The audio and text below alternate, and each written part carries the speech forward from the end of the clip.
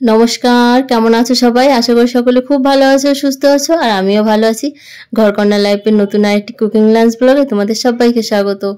Sorry, আজকে lunch নয়, আজকে ডিনার ব্লগ। তো আজকে রাত্রেবেলা ডিনারে দেখো রান্না করেছি।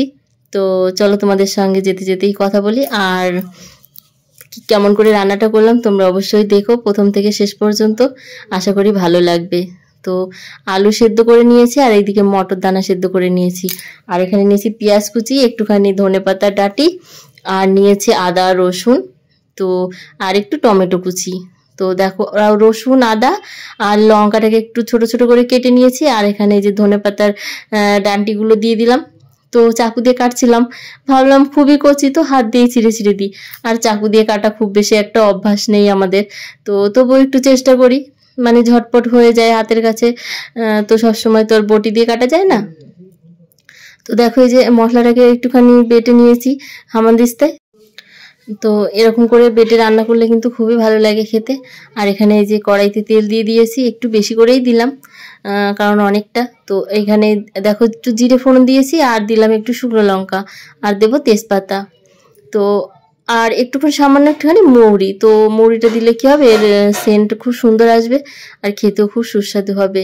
তো অবশ্যই বাড়িতে একবার হলেও তোমরা ট্রাই করো, আমার খুব ভালো লাগবে। আর এখানে দেখো পেঁয়াজ কুচি দিয়ে দিলাম। তো পেঁয়াজ একটুখানি থেতো করে দিয়েছি অর্ধেকটা, আর অর্ধেকটা আমি কুচি করে দিয়েছি। তো এটা একটু ভেজে নেব। আর ভাজার সময় সামান্য একটু চিনি দিয়ে দিলাম। এতে কি হবে, লবণ ঝালের ব্যালেন্সটা খুব ভালো আসবে আর একটু মিষ্টি মিষ্টি লাগবে, খেতেও খুব ভালো লাগবে।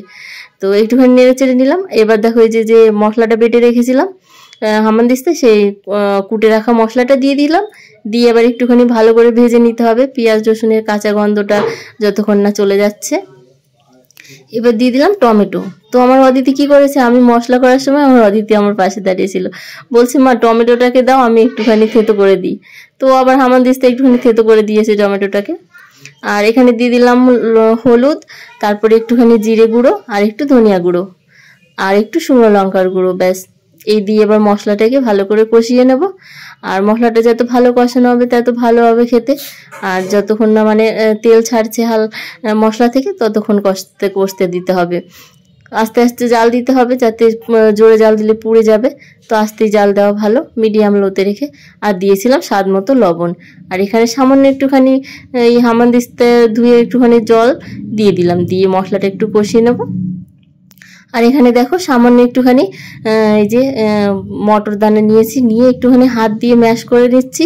তোমাদের কাছে যদি ম্যাশার থাকে তোমরা একটুখানি ম্যাশার দিয়ে ম্যাশ করে নিতে পারো।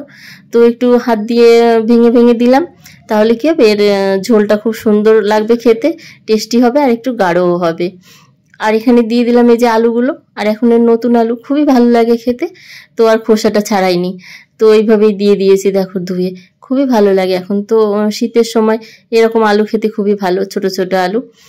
আর এই যে মটর দানাগুলো এবার দিয়ে দিলাম। তো মটর দানার ভিতরে একটুখানি গোটা গরম মশলা দিয়ে, একটুখানি শুকনো লঙ্কা আর একটু ঘি দিয়ে আমি কুকারে 4টে সিটি দিয়েছি, ব্যাস। তো দিয়ে এবার দেখো এই যে এবার মশলাটাকে ভালো করে মটর দানা আলুর সঙ্গে একটু কষিয়ে নেব 2-3 মিনিট। এবার দিয়ে দেবো জল। তো এখানে একটুখানি হালকা গরম জল দিতে হবে, তাহলেই বেশ ভালো হবে। তো হালকা একটু গরম জল দিয়েছি, দিয়ে এবার একটু দেখো নেড়ে চেড়ে নেবো, একটু বেশি জল দিয়েছি। তো একটু জাল হলে বেশ ভালো লাগবে, আর ঘুগনিটা একটু পাতলা হলে ঝোলটা খেতে খুবই ভালো লাগে। তো চলো একটু ঢেকে দিয়েছিলাম, এবার দেখি কেমন হলো। তো দেখো এবার কিন্তু আর ঢাকবো না, এবার হালকা করে মানে জোরে জাল দেবো, হাই ফ্লেমে জাল দেবো। আর এবার বাকি মশলাগুলো দিয়ে দেবো। তো একটু কাসুরি মেথি নিয়েছি, আর মেথিটাকে একটুখানি শুকনো খোলায় গরম করে নিয়েছি, নিয়ে এবার হাত দিয়ে গুঁড়ো করে পাতাটা দিয়ে দিলাম।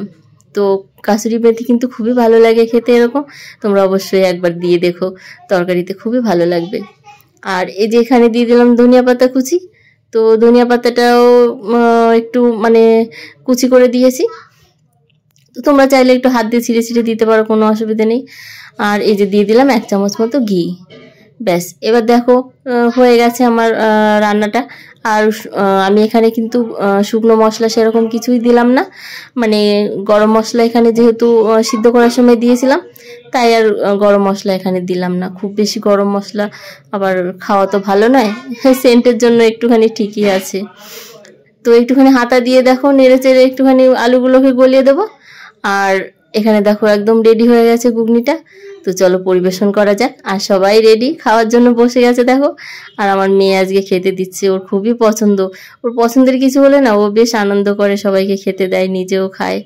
আমার তো খুবই ভালো লাগে। আর যাদের যাদের মেয়ে আছে তাদের মেয়েরা কিন্তু খুব বাড়িতে এরকমই করে। তো তাদের মারাও খুবই খুশি হয়, বাবারাও খুশি হয়। তো দেখো সবাইকে খেতে দিচ্ছে। তো আমাদের বাড়িতে একটা দাদা আছে, দাদাকে দিচ্ছে, যে ও জেঠু হয়। তো জেঠুকে দিচ্ছে, আবার ওর বাবাকে দেবে, ও নিজেও নেবে।